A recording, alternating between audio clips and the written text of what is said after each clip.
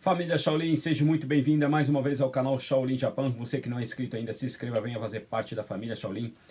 Meu nome é Márcio e hoje estou aqui com o quarto vídeo da série de 5 vídeos que eu vou fazer falando sobre os 5 principais candidatos à presidência da República 2018 no Brasil. O que eu quero de você é que você deixe seu like, deixe seu compartilhamento, deixe o seu comentário para que eu possa dar o salve no final do vídeo, beleza? Então é o seguinte, vamos às notícias. Hoje é dia de Ciro Gomes, na telinha com você, vamos lá. Recebendo aqui o candidato do PDT, Ciro Gomes. Boa noite novamente, candidato. O Boa tema noite, de agora é combate à corrupção, Lava Jato. O senhor disse em entrevistas recentes que dá apoio total à Operação Lava Jato, que vem combatendo a corrupção no Brasil nos últimos 4 anos. Mas disse também que a Lava Jato é desequilibrada e que cometeu abusos e que receberia a turma do juiz Sérgio Moro à bala caso ele mandasse prender e se o senhor se considerasse inocente. Falou sim que eu me lembro. Essa eu me lembro bem, viu? Eu me lembro bem. Falou com todas as A letras. bala. Como convencer o eleitor de que o senhor realmente apoia a Lava Jato com uma declaração dessas? Dame tu cosita, dame tu cosita, ay, dame tu cosita, dame tu cosita, ay, dame tu Me cosita. permita, antes de responder, cumprimentar as organizações Globo por essa oportunidade. Dar boa noite a você, Renato, boa noite ao Bonner, boa noite a todos os brasileiros, especialmente aqueles que não me conhecendo. Eu peço uma oportunidade hoje para me apresentar. As coisas são muitas vezes ditas num ambiente, num contexto, e essas coisas são tiradas do contexto. Eu apoio a Lava Jato porque ela é uma virada de página na crônica de impunidade, que sempre foi o prêmio para a corrupção dos grandões no Brasil. Como eu tenho a ficha limpa, tenho 38 anos de vida pública, nunca fui envolvido em qualquer tipo de escândalo. Bom, se for no seu estado, o que vai haver de ficha suja sua, meu amigo, é brincadeira. Se você procurar no YouTube, pisadas aí do Ciro Gomes, você vai achar os montes. Mas é clássico. Todo cara como ele vira casaca toda hora, porque uma hora ele apoiava o Lula, por isso que ele falou que receberia a turma do Sérgio Moro à bala. Sem contar que ele estava com o U na mão, porque também tinha sujeira na bainha das calças. Entendeu? Agora, se você é um pouquinho curioso, dá uma averiguada aí na internet sobre as falcatruas do Ciro Gomes, as sujeiras que ele fez, os escândalos que ele se envolveu. Isso que ele está afirmando que nunca se envolveu porque ele é ficha limpa geral. Vai ver. Eu tenho, portanto, levo vantagem na disputa se o filtro da população for votar em gente séria. Entretanto, a Lava Jato só prestará bom serviço ao Brasil se ela for vista pela maioria ou pela conjunto da sociedade como uma coisa equilibrada. E o lado do PSDB não tem nenhum na cadeia. Claro que ela é muito importante, está gente do PMDB, está gente do PT na cadeia, mas não há um único quadro, apesar de 1000 demonstrações de corrupção do PSDB, e nenhum deles foi preso, por exemplo. Mas recentemente o senhor disse também que, se eleito, vai colocar o Ministério Público e a Justiça de volta na caixinha. O senhor disse isso. Dame tu cosita, ay, dame tu A cosita. opinião mostram que os brasileiros apoiam os promotores, os brasileiros apoiam a justiça. Não é mais uma declaração sua que vai justamente na contramão dessa sua afirmação de que Não. apoia a Lava Jato? Não, eu ajudei a desenhar essas atribuições do novo Ministério Público, porque fui constituinte no estado do Ceará e participei do debate nacional. A questão é que, nesse momento, há muitos abusos, Renata. Você não tem ideia do que tem sofrido os prefeitos municipais, você não tem ideia da destruição de reputações que se fazem depois sem nenhuma consequência. Na medida em que o Ministério Público, isso é uma exceção, que o Ministério Público extrapola das suas atribuições, ele perde a grande nobreza da sua tarefa, que é vigiar o interesse público. Mas o que é pôr na caixinha? É cada um para a sua tarefa. Quando você está falando para o povo, você fala com uma palavra simples. Mas o presidente da República tem esse poder? Tem esse pra poder. Pôr na caixinha? Tem esse poder. Ele tem o poder, em interação com o poder legislativo, de desenhar uma modernização institucional que devolva cada um para fazer a sua tarefa. Vamos tomar um exemplo com o testemunho do povo brasileiro. Há 3 ou 4 domingos atrás, um juiz de plantão de um tribunal regional mandou soltar o Lula. Meia hora depois, o outro juiz, em cima da mesma lei, mandou prender de novo. Desacatou pelo telefone. Depois, 4 horas depois, o outro mandou prender de novo. Depois, o outro mandou soltar de novo. Convenhamos. Isso é verdade, né? Isso aí a gente tem que falar. O Ciro Gomes é uma pessoa instruída, inteligentíssimo, um nível superior, fantástico, conhecimento de causa. Então, sabe usar as palavras para convencer. Ele não está tirando do contexto, mas ele está afirmando realmente o que aconteceu. Isso é prova, todo brasileiro viu isso. Mas não significa botar na caixinha, né? Acho que faltou um pouco de respeito aí com o poder público. Sim, Eu estou candidato. dizendo que parece o cachorro do Tom Cavalcante, para dentro, para fora, para dentro. E o cachorro morreu esquizofrênico. Mas quando o senhor disse que vai botar na caixinha, que vai chamar o Legislativo, o senhor, pressupomos que o senhor estará ocupando a presidência da República, chefe do Executivo. Vai chamar o Legislativo para mudar a lei. São três poderes independentes e harmônicos. Alguma coisa não fecha nessa equação, porque se são três poderes, como é que só o senhor, como presidente da República, e o Legislativo vão interferir nessa questão? Eu sou professor de Direito Constitucional, não faço da vida pública meio de vida, eu nunca quis fazê-lo.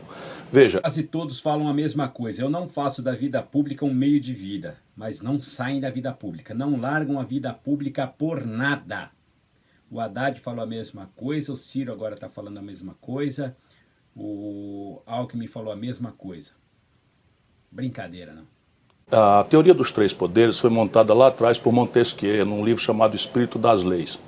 E, basicamente, hoje, modernamente, você tem um quarto poder, que é o Ministério Público. Então, você tem dois poderes que são eleitos pela população. Então, ciclicamente, a população renova o poder executivo e o poder legislativo. Na suposição, evidentemente, que tem crises como essa que nós estamos vivendo, em que há uma brutal traição da população e você tem os poderes mergulhados na corrupção e na desconfiança e na descrença do povo. E os outros dois poderes são técnicos. Ninguém é eleito para ser juiz, nem ninguém é eleito para ser membro do Ministério Público. O que eles estão fazendo? Eles estão exercendo a política, na medida em que os dois poderes políticos estão desmoralizados. O que só quero fazer é voltar o Brasil a poder ter paz, segurança jurídica. Bom, porque se a lei é a mesma, não é possível um juiz mandar prender. Judiciário. Mas eu gostaria de insistir ainda na questão sobre corrupção, que é um tema importantíssimo ainda hoje. O senhor, num dado momento, o senhor disse que bota a mão no fogo pelo presidente do seu partido, Carlos Lupe. O senhor disse que acusações contra ele são malévolas. O senhor disse que uma vez eleito presidente da República, Carlos Lupe ocuparia o cargo que ele quisesse no seu governo. Eu vou pedir licença nesse momento, porque eu preciso atualizar o público sobre o histórico de Carlos Lupe. E aí eu vou encaminhar a pergunta. Carlos Lupe responde a inquérito no Supremo Tribunal Federal, numa investigação sobre a possível compra de apoio político para Dilma Rousseff em 2014. Carlos Lupe foi denunciado pelo delator Carlos Miranda, que o acusou de receber R$100 mil de mesadas do esquema de corrupção do ex-governador do Rio, Sérgio Cabral, do MDB. Carlos Lupe é réu por improbidade administrativa no Distrito Federal. E a Comissão de Ética da Presidência, quando o Lupe ocupava um cargo no governo de Dilma, a Comissão de Ética recomendou a demissão dele, coisa que acabou acontecendo dias depois. A minha pergunta é a seguinte: qual é a coerência de se dizer intransigente com a corrupção e, ao mesmo tempo, o senhor escolher para integrar o seu governo uma pessoa com um perfil, um histórico como esse de Carlos Lupe, para que ele ocupe o cargo que ele quiser, candidato? Desculpa, eu não escolhi ninguém para ser ministro. Eu Mas nem o senhor sequer disse fui eleito. que ele ocuparia o cargo que isso. ele quiser. Eu vou repetir, só que não é correto dizer que eu escolhi ninguém para ser ministro, porque eu tenho humildade, estou esperando o povo Estamos falando brasileiro. em termos hipotéticos, o senhor também ainda E eu não estou foi falando em eleito. termos assertivos. Dame tu cosita, ai, dame tu cosita. Se eu for eleito, o Carlos Lupe terá no meu governo a posição que quiser, porque eu tenho convicção que ele é um homem de bem. Mesmo com essa ficha? A mim me surpreende, na minha opinião, essas informações não estão assentadas, porque a informação que eu tenho também... Depois, para não tomar o tempo da sua entrevista, e eu ele me é réu no comprometo Distrito também, Federal. E eu me comprometo também a adicionar qualquer esclarecimento necessário no meu site, cirogomes.com.br. Diante dessa informação, ele é réu. Eu estou dizendo para o senhor, se o senhor mantenha a sua posição de oferecer a Carlos Lupe no seu governo o cargo que ele quiser. Eu não ofereci nada a ninguém. Eu espero muito humildemente ter o direito de servir ao Brasil como seu presidente. Mas o Carlos Lupe tem a minha confiança cega. Certo. Cega? O senhor, Cega. Absolutamente cega. O senhor chama o presidente Michel Temer, já chamou o presidente Michel Temer de quadrilheiro. E o senhor também já disse que o presidente Michel Temer tem, no ministério dele, corruptos, embora eles não tenham sido julgados ainda. O fato é que, na cabeça de um eleitor, como é que o senhor explica a defesa que o senhor faz de uma coisa para quem é um aliado seu como Carlos Lupe e outra coisa para quem é um desafeto seu como o presidente Michel Temer? Não, os valores que eu defendo são os mesmos. Deixa eu só lhe dizer uma coisa. O presidente Michel Temer, isso é uma desgraça para o nosso país, foi acusado pela Procuradoria-Geral da República e o Supremo pediu autorização 2 vezes para processá-lo. O presidente Michel Temer é uma pessoa acusada formalmente pela Procuradoria-Geral da República por corrupção. Não é o caso definitivamente do Lupe até o segundo em que lhe falo definitivamente. O senhor Michel Temer tem ao seu redor Eduardo Cunha, que já está preso, Gedel, que já está preso, Padilha, que não... Sobre corrupção, o senhor disse recentemente que alertou o então presidente Lula sobre corrupção na Petrobras. Isso antes da Lava Jato começar. Sobre o presidente da Transpetro, Sérgio Machado, o senhor disse que sabia quem ele era, sabia que ele estava roubando e que disse isso ao ex-presidente Lula, ao então presidente Lula, que mesmo assim manteve no cargo. O senhor afirma, mesmo dizendo isso, ou seja, Lula terminou o segundo mandato em 2010, Sérgio Machado ainda continuou no governo por mais 4 anos. Por que o senhor não fez uma denúncia tão grave como essa ao Ministério Público? Porque quem faz denúncia ao Ministério Público assume o ônus da prova. E eu, evidentemente, não tenho o ônus da prova porque não tenho acesso aos instrumentos de investigação. Mas, em outras palavras, o senhor disse, então, que o ex-presidente Lula não fez nada, mesmo alertado pelo senhor. Neste e em muitos outros momentos. Pois é, o senhor disse... Mas não, me permita só, porque o senhor, quando mencionou publicamente esse alerta que o senhor teria feito ao ex-presidente Lula... na Carta Capital, pois isso então, é uma coisa notória. Mas então o senhor está dizendo aqui que o senhor não tinha provas das acusações que o senhor estava fazendo. Uma acusação grave, não, candidato? Sim, uma acusação grave. Ao presidente da República. A maior autoridade pública. Vocês pública, imaginam mesmo que um ministro, tomando notícia de uma coisa, tendo mais ou menos evidências, sem as definitivas provas, é ele que cabe representar o Ministério Público ou ele deve reportar ao seu chefe? O senhor acha que, no caso, deveria reportar ao seu chefe? Isso é no mundo inteiro assim. Por quê? Porque senão você assume o ônus da prova, e o ônus da prova você não tem um instrumental investigativo do Ministério Público nem da polícia para fazer. Difícil discutir com uma pessoa inteligente, né? Porque ela consegue dar nó em ponto d'água. Mas vamos ver. Então, como eu ia dizendo, em outras palavras, o senhor disse que o ex-presidente Lula não fez nada, mesmo alertado pelo senhor da corrupção neste caso. Mas até pouco tempo o senhor elogiava o PT e o ex-presidente Lula e só passou a fazer críticas ácidas ao ex-presidente, ao partido dele, depois que a sua tentativa de aliança falhou. Como é que esse seu comportamento combinaria justamente com o seu discurso anticorrupção? Eu não tenho que explicar a contradição da nossa brava imprensa. Eu nunca imaginei, nem ninguém colherá nenhuma declaração minha, que o PT deixasse de ter candidato próprio para me apoiar. Portanto, essa história de que eu esperava apoio do PT jamais teve fundamento na minha vida. Você não pretendia unir as esquerdas? Não, eu gostaria muito de fazê-lo, mas acredito que será no segundo turno. Deixa eu só explicar, entretanto. Para mim, o Lula não é um satanás, como certos setores da imprensa e da opinião brasileira pensam. E também não é um deus, um anjo, como certos setores metidos a religiosos do PT pensam. Eu conheço o Lula há 30 anos. Ele foi um presidente que eu tive a honra de servir como ministro. E foi um presidente que fez muita coisa boa para muita gente do Brasil. E em respeito a essas pessoas, eu tenho sempre que perguntado, como estou fazendo hoje, desejando falar das minhas propostas, eu faço essa menção a ele. O Lula foi um bom presidente para o Brasil, as consequências de um bom governo. Da Dilma para cá, tudo isso foi perdido, mas isso não quer dizer que a gente deva rasgar a história, nem comemorar o fato de ter o maior líder popular do país preso, na minha opinião, pelo menos. Candidato, vamos então agora a um outro ponto que é do seu programa de governo, que também é importantíssimo, que é a questão do endividamento. Hoje o Meirelles aderiu ao programa. Sem dúvida nenhuma, é uma questão gravíssima, é uma questão que aflige milhões de brasileiros, são mais de 60 milhões de famílias com esse problema. Só que diante da gravidade do problema, o senhor veio a público e disse a seguinte frase: fique tranquilo, vou tirar o seu nome do SPC. É uma frase muito simples. E tão simples que ela não traduz a complexidade daquilo que é efetivo, que eu imagino que o senhor já tenha visto, está no ar já há alguns meses no jornalismo da Globo. É muito frequente a presença de cidadãos brasileiros dizendo o seguinte: vote consciente. O Brasil que eu quero é o Brasil em que o cidadão, o eleitor, não troca o voto dele por uma promessa de favor de candidato nenhum. Neste ponto eu pergunto ao senhor: o que o senhor diz para esse eleitor que enxerga nessa sua forma de encaminhar a proposta uma tentativa de oferecer a ele uma troca de favores? Isso não tem nenhuma coerência com a minha prática. Eu não estou propondo isso porque sou bonzinho e quem transformou isso num hit da campanha não fui eu. Foram meus adversários que qualquer coisa que vem para pobre e para classe média ficam logo pirados. Se você não me levar a mal, eu trouxe aqui em primeira mão. Não vou lhe passar, mas você pega depois para os repórteres. Isso aqui é o manualzinho. Como fazer, quanto custa, por onde vem o dinheiro, como é o sistema de garantia. Isso. Aqui tem como mas fazer. Esse é o ponto, candidato. É aí que eu queria chegar. Se eu puder, não estou discutindo. Não, é que eu não estou discutindo. Veja bem, eu tenho que deixar isso bem claro. Eu não estou discutindo aqui a pertinência ou não de se fazer um refinanciamento de dívidas. Não se trata disso. O que eu estou questionando o senhor é sobre a simplicidade da formulação que o senhor fez de dizer vou tirar o seu nome do SPC. Por quê?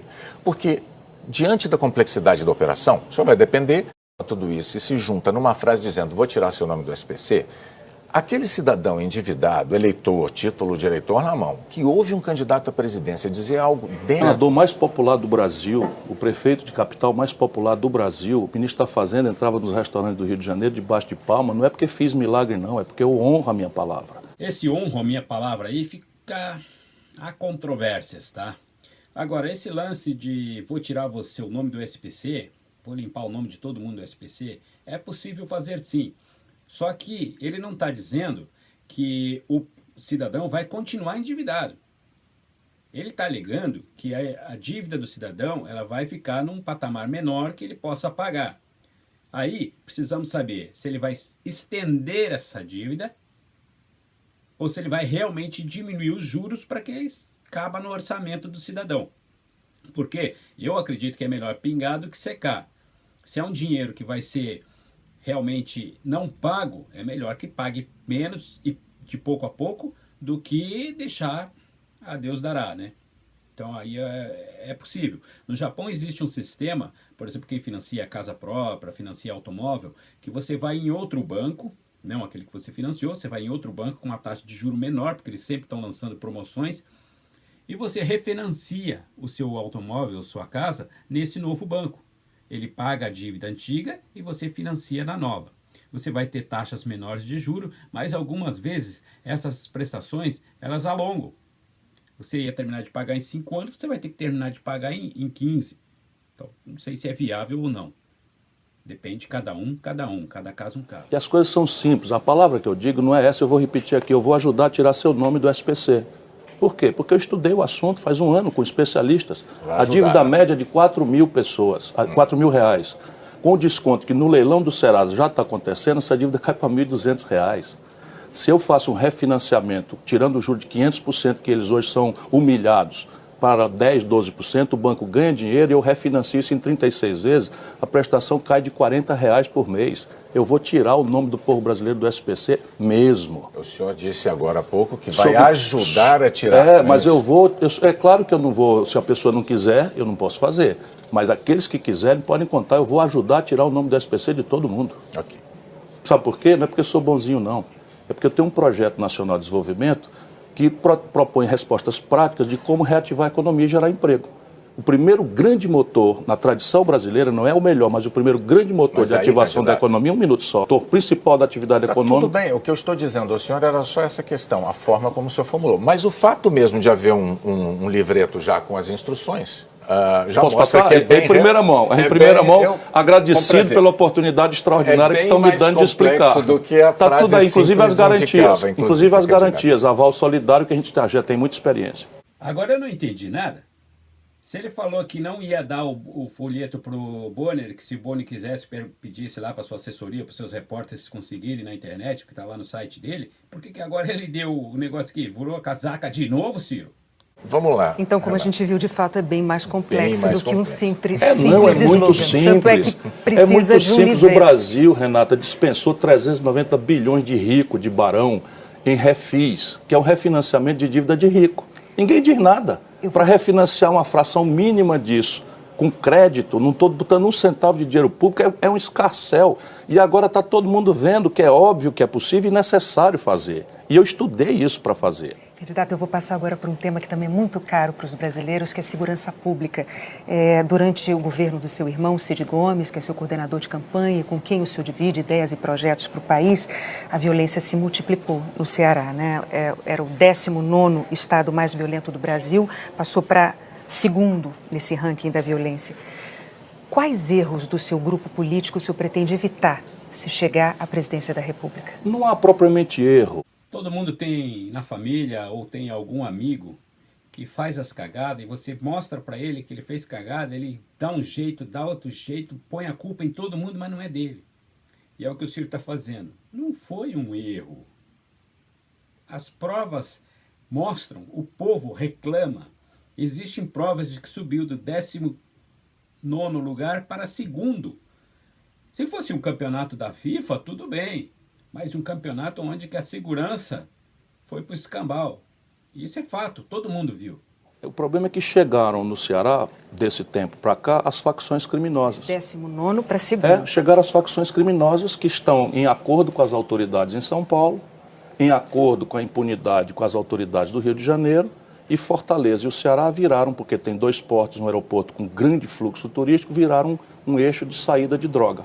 E a nossa polícia, que multiplicou por 3 o efetivo, todos os seus equipamentos, sua capacitação, academia, tudo isso foi feito. Não está na mão dos governos estaduais fazer isso. Mas isso é tarefa minha, Entendi, mas uma das facções que mais atuam no Ceará, ela surgiu e se fortaleceu no Estado nos últimos anos. Ela foi criada pelo PCC. Governos do seu grupo político. Eu volto a perguntar até do grupo, eu volto até a... O grupo adversário, não candidato. Sim, a solução de inteligência. O PCC é instrumentalizado por esse GDE, que é o grupo da facção dos abestados. Exatamente. Isso costuma chamar de facção dos abestados. Os abestados que estão tudo morrendo com 20 anos, 19 anos, para fazer o serviço desses PCCs e comandos vermelhos. Isso que nós questionamos, essa solução... Se você deixar eu falar, eu proponho. Claro, por favor, mas essa solução de inteligência que o senhor propõe, ela falhou ou ela não foi usada? Não, ela não foi usada.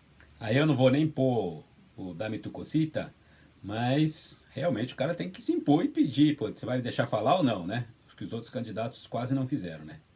Não foi usada. Ela não foi usada porque a tradição da Polícia do Ceará é aparato, é ostensividade, tanto que o Rio Grande do Sul hoje tem metade do efetivo que tinha quando eu era governador, com Alceu Colares. E o Ceará tem quase 3 vezes o efetivo que tinha quando eu era governador. Portanto, todo o investimento naquilo que é o tradicional foi feito.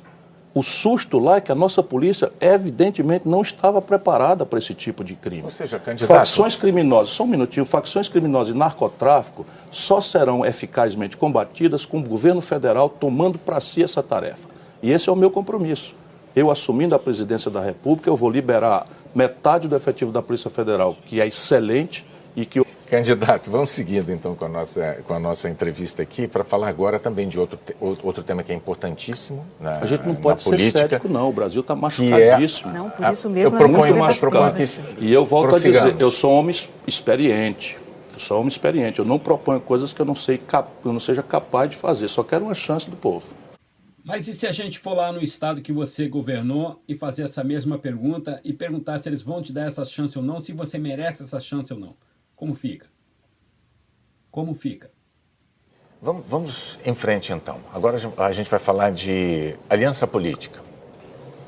O senhor tem uma história partidária bem agitada, variada. O senhor já usou até esse termo.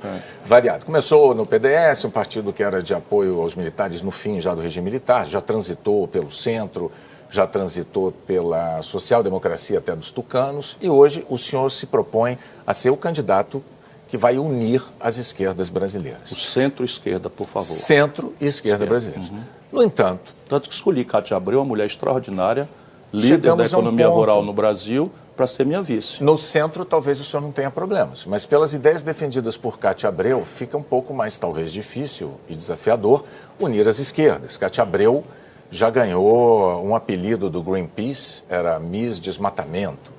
A Cátia Abreu, por exemplo, defende teses que não são muito caras são o oposto das teses caras defendidas pela esquerda.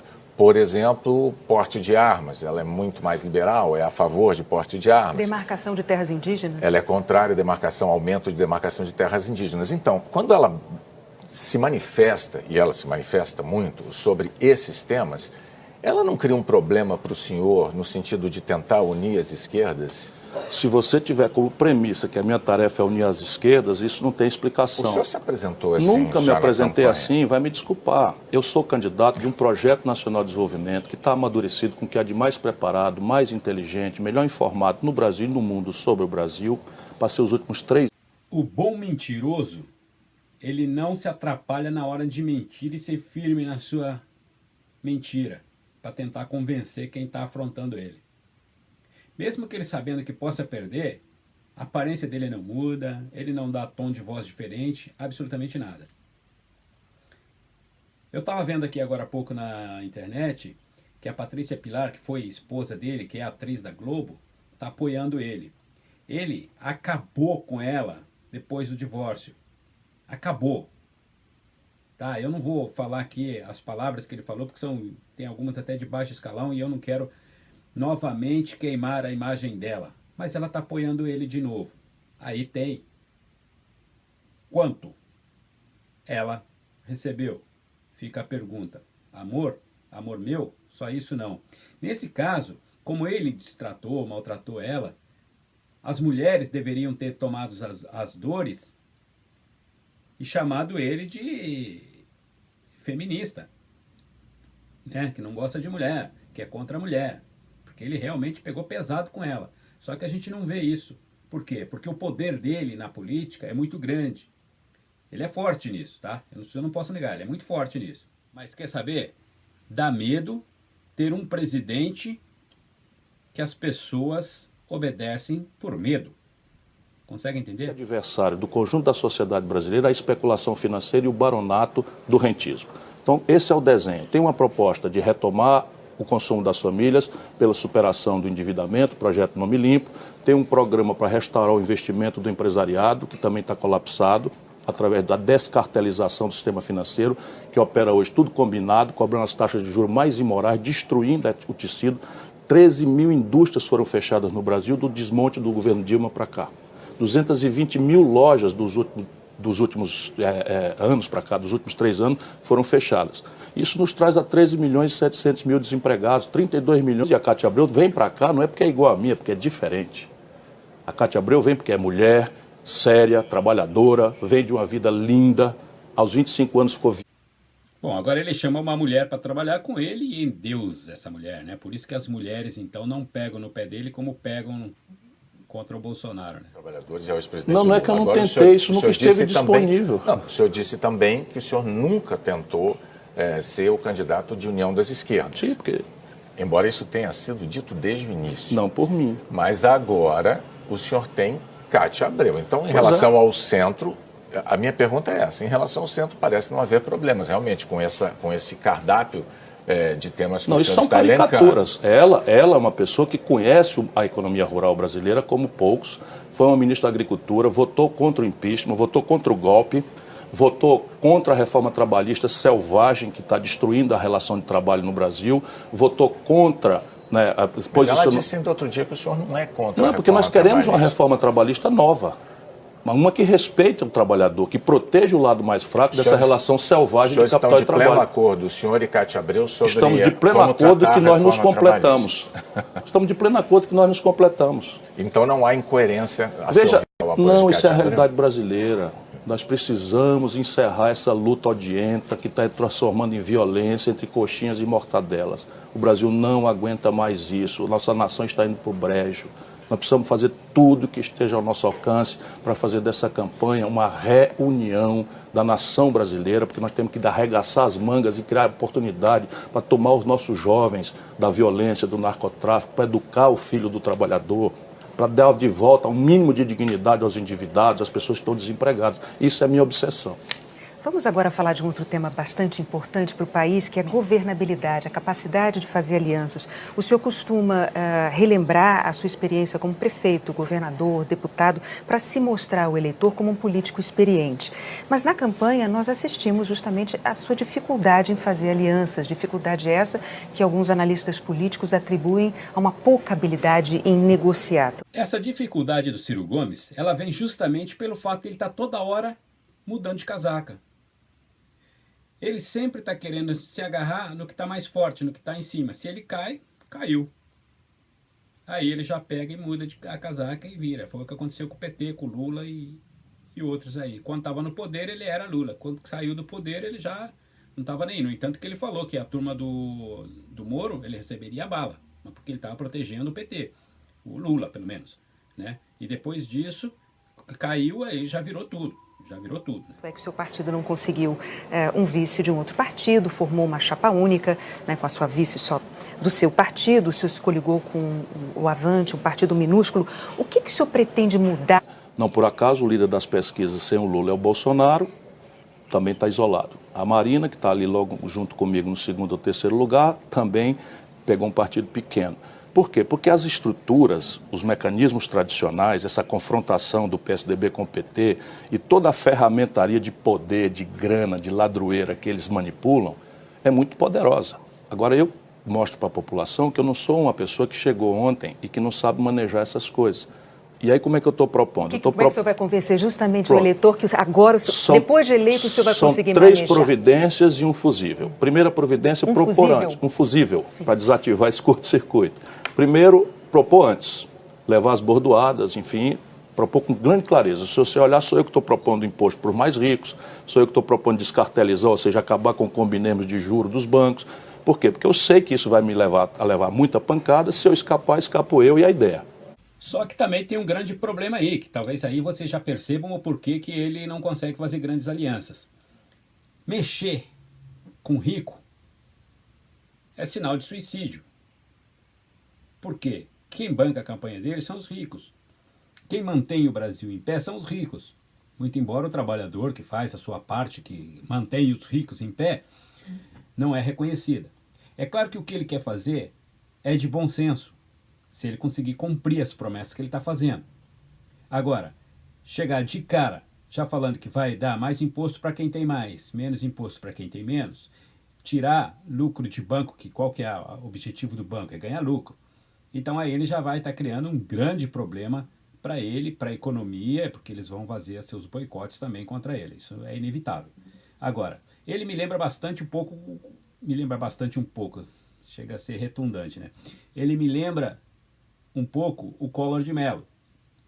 Chegou com essa mesma promessa, vou acabar com o Marajá, vou fazer isso, e no fim foi impeachmentado em seu primeiro mandato como presidente da República, ele não conseguiu passar muito tempo. Se você é novo, não conhece ainda a história de Collor de Mello, dê uma averiguada na internet. Então nós damos um conteúdo plebiscitário à eleição e não um fulano de tal, caudilismo, está virando até religião no Brasil, esse negócio que está acontecendo aí. Segundo, propor na primeira hora. Todos os presidentes têm poderes quase imperiais nos 6 primeiros meses. Então eu vou propor na primeira hora durante 6 meses, para tirar o medo, né, mediar os conflitos, trazer a universidade, a legislação internacional comparada. Enfim, está tudo bem proposto. Terceiro, redesenhar o entendimento fiscal brasileiro, ou seja, consertar as contas públicas em troca de um redesenho do Pacto Federal dos Estados. Então, se você trocar, o centro de gravidade do Brasil na política não está em Brasília, está na federação. E o fusível, chamar o povo para votar. Persistir o impasse, plebiscitos e referendos. Candidato, nosso tempo está chegando ao fim. Agora eu vou pedir qual é o Brasil que o senhor quer para o futuro. Um minuto. Eu quero um Brasil em que todos possamos viver pela dignidade do suor do nosso rosto, que toda mãe e todo pai possa ter o filho guardado numa escola em tempo integral. Sonho a vida inteira em servir ao Brasil, nunca me interessei por dinheiro, não tenho interesses práticos nem pragmáticos, me dediquei a vida inteira a construir esse projeto. E eu peço a Deus que abençoe essa grande nação e que ela possa escolher na hora própria o seu futuro presidente. Gente, vocês devem estar se perguntando por que todos os vídeos eu escolhi o Jornal Nacional como o tema. Né? Mas é o seguinte, o Jornal Nacional foi o que mais pegou no calo dos candidatos e falou firme com os candidatos. E muitas vezes até interrompeu os candidatos na hora das respostas, que foi muito deselegante. Falando sobre Ciro Gomes é uma pessoa que realmente seria um excelente presidente da República. O problema é que quem conhece o passado dele, como eu, fica em dúvida. Será que dá para acreditar agora ou não? Com o pé na lama ele sempre teve. Então, eu não posso afirmar se bom ou se ruim. Tem alguns ex-presidentes americanos que eu sempre gostei muito. Kennedy e Reagan.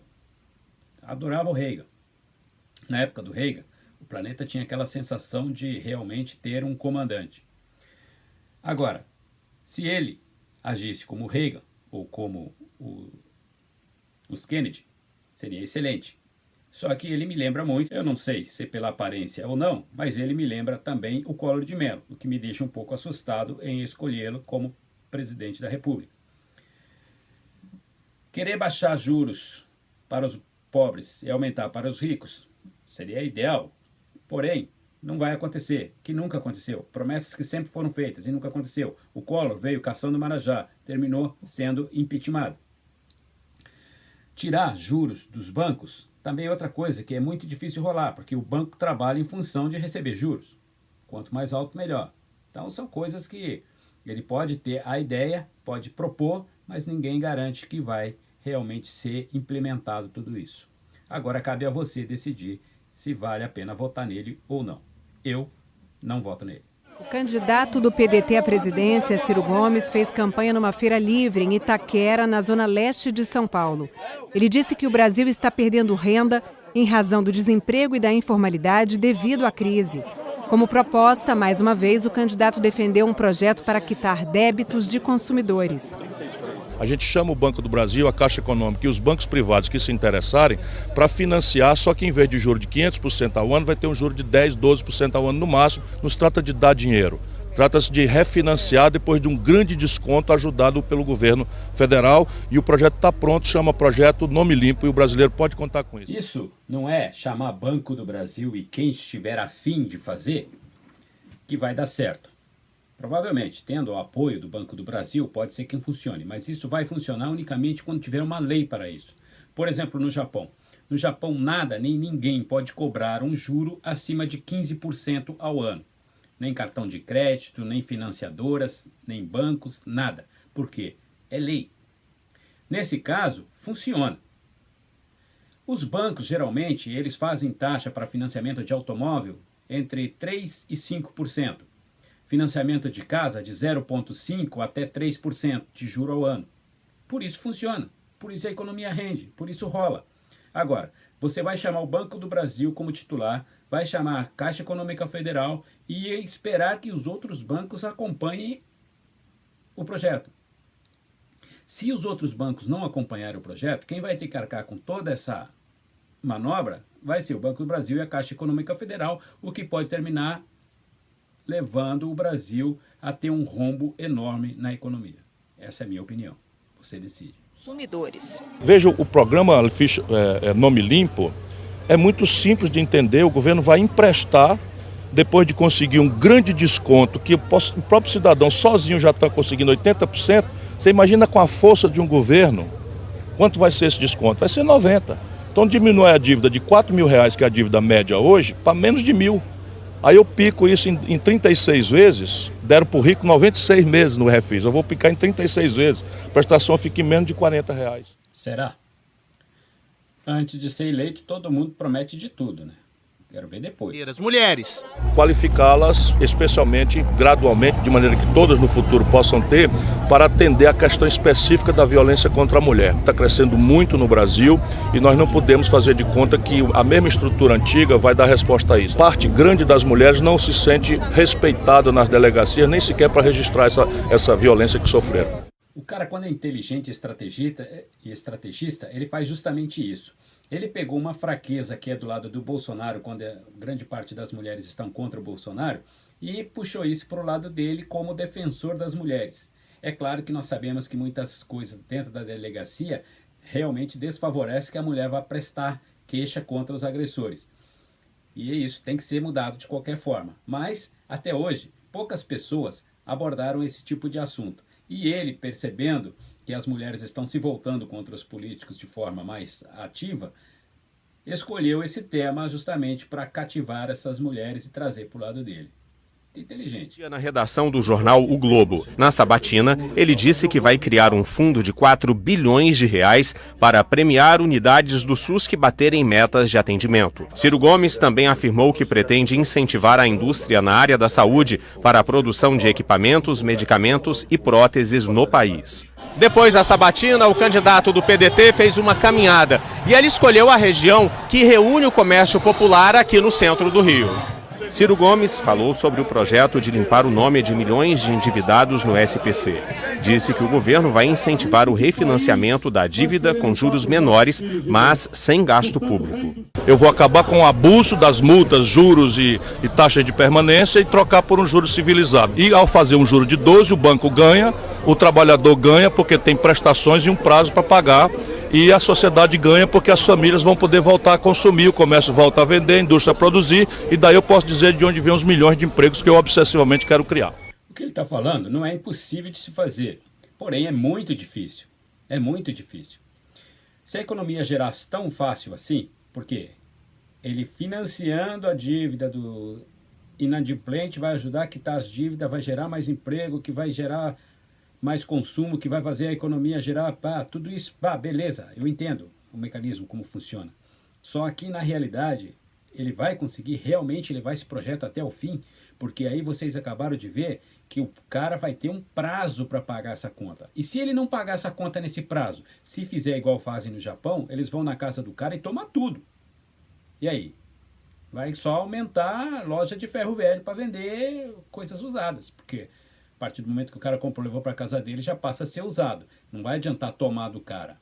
Eu não sei, ainda tem algumas coisinhas aí que não está batendo. Mas vamos lá. Começou o dia de campanha em Boa Vista. Ele falou que, se eleito, vai interligar Roraima às hidrelétricas de Rondônia e do Pará, e que isso irá resolver a crise energética do estado.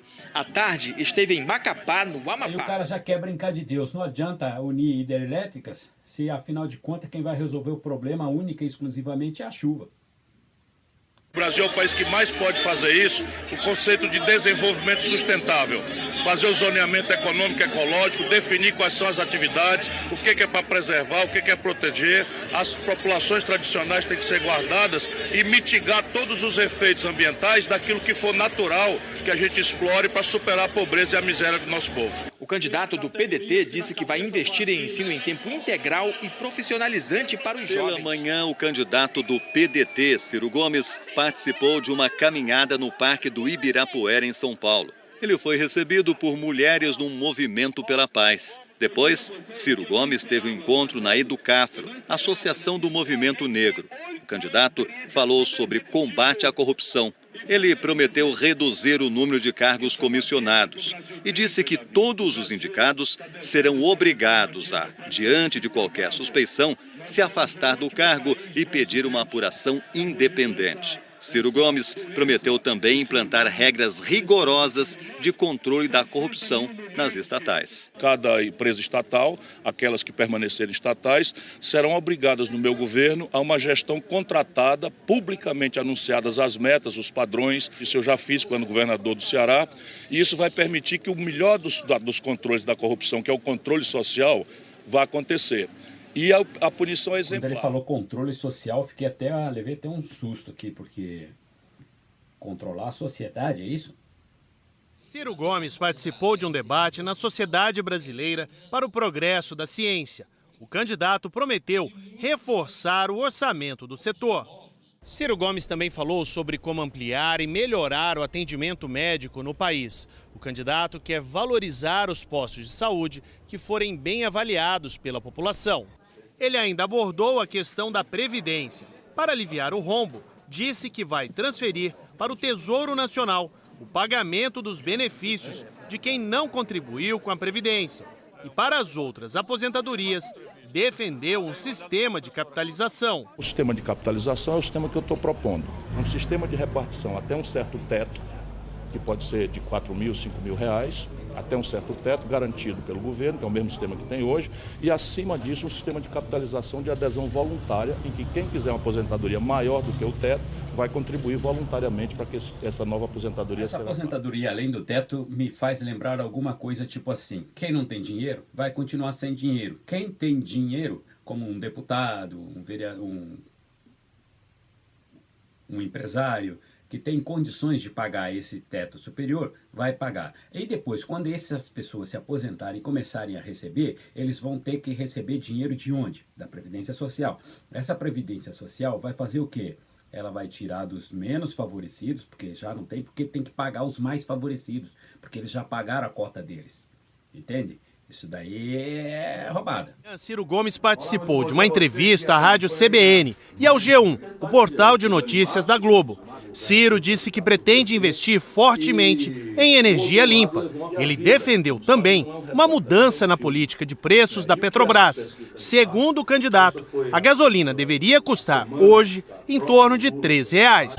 Ciro afirmou que, se eleito, fará uma nova reforma e que vai convocar trabalhadores, empresários e universidades para o debate. Vou trazer a experiência internacional para que a gente possa guiar um debate e encontrar uma fórmula que concilie a necessidade de ganhar produtividade no país, para a gente poder competir na defesa, no mercado brasileiro e no mercado lá fora, mas protegendo o lado mais fraco na luta capital-trabalho, que é o lado dos trabalhadores, com quem eu tenho compromisso prioritário. O PDT Ciro Gomes foi ao Instituto de Arquitetos do Brasil e assinou uma carta de intenções para humanizar as cidades e torná-las sustentáveis. Disse que quer levar desenvolvimento econômico para os bairros distantes, para que as pessoas trabalhem mais perto de casa. A minha ideia é mobilizar os urbanistas, os arquitetos, para fazer no Brasil uma profunda reestruturação do espaço urbano brasileiro, fazendo com que as atividades econômicas se aproximem do lugar da moradia e a moradia se aproxime do lugar da atividade econômica. O Brasil precisa de uma reforma urbana, mais do que entender a questão do teto para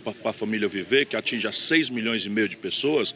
Não adianta nada a gente continuar repetindo modelos em que você constrói conjuntos habitacionais lá na periferia distante. Mais um ponto a favor dele, tem que trazer o povo para perto do trabalho para perto do povo, para que isso daí economiza muita coisa, transporte, enfim, sobra mais dinheiro para os trabalhadores poder gastar, investir na economia, a economia poder gerar. Beleza, só que isso daí são planos para quantos anos? Depois que você assumir a presidência, quantos anos vão levar para que isso se concretize? Esse é o problema. O candidato começou o dia visitando o Santuário de Nossa Senhora Aparecida. Depois viajou para sua cidade natal, Pindamonhangaba, onde fez uma caminhada pelo centro da cidade. Ciro Gomes falou sobre sua proposta para a segurança e ações para combater o tráfico de drogas. O Brasil precisa afundar um sistema único de segurança pública e tem que reforçar o orçamento e mudar um punhado de regras, de leis que hoje são muito frouxas e não acompanharam a sofisticação do narcotráfico e das facções criminosas. Tem 32 milhões e 200 mil pessoas na informalidade, 13 milhões e 700 mil brasileiros desempregados, 60 mil mulheres foram estupradas no nosso país. Isso é uma selva que está acontecendo e o povo brasileiro, vendo tudo isso, sofrendo nas costas de tudo isso, está descambando por desânimo ou por revolta. Ele começou a falar do narcotráfico, do que ele ia fazer e de repente ele terminou falando nas pessoas que estão na informalidade. Todo mundo sabe que qualquer governo do mundo quer pegar essas pessoas porque quer tirar imposto delas. Depois falou dos que estão desempregados e já misturou as mulheres que são estrupadas, fez uma salada mista ali que eu não entendi foi nada qual foi o objetivo dele afinal de contas. E esse tipo de atitude, para mim, perde ponto. Jair Bolsonaro, do PSL, tinha 22% em agosto. Oscilou dentro da margem de erro para 24%. Depois teve variação positiva para 26%. Agora oscilou para 28%. Com a margem de erro tem de 26% a 30%. Fernando Haddad, do PT, tinha 4%. Depois cresceu para 9%. Na sequência, cresceu novamente para 13%. Agora voltou a avançar para 16%. Com a margem de erro tem de 14% a 18%. Ciro Gomes, do PDT, tinha 10%, depois 13%, repetiu os 13%, agora manteve os 13%. Pela margem de erro tem de 11% a 15%. Fernando Haddad e Ciro Gomes estão tecnicamente empatados. Ciro Gomes, do PDT, fez campanha em Duque de Caxias, na Baixada Fluminense. Disse que entre as prioridades dele estão melhorar a infraestrutura e a segurança na periferia das grandes cidades. Ciro Gomes falou como vai ser o programa de segurança dele para o Brasil, se for eleito. Sistema único, federal, liderado pelo presidente da República, que vai empoderar o orçamento da Senasp, que é uma Secretaria Nacional de Segurança Pública, e condicionar a transferência voluntária desses recursos para os estados e municípios que aderirem a um sistema que mude a concepção de segurança, ao invés de tanque de guerra, fuzil apontado para a comunidade pobre, nós vamos infiltrar a inteligência policial, a espionagem nas organizações criminosas. Tá certo. Ele quer o comando da polícia na mão dele, de que o presidente da República tenha o controle absoluto sobre essa organização. Complica. Quem tem esse poder é a Coreia do Norte, é a Rússia, Vietnã. Bom, fica a seu critério o que vocês querem fazer. Infiltrar, em vez de ficar dando tiro, infiltrar pessoas dentro das facções criminosas, isso já vem sendo feito desde que acabou o governo militar no Brasil. Isso já vem sendo feito. Toda a polícia faz isso. Tanto a civil como a militar sempre tem infiltrados em algum lugar. Além dos delinquentes que são informantes da própria polícia. E isso não resolve nada. Bom, Então o vídeo fica por aqui, o último vídeo também não teve comentário e eu sigo para o próximo vídeo, onde eu vou falar do Bolsonaro e dos outros candidatos. Então fiquem com Deus e até o próximo vídeo. Fui, tchau!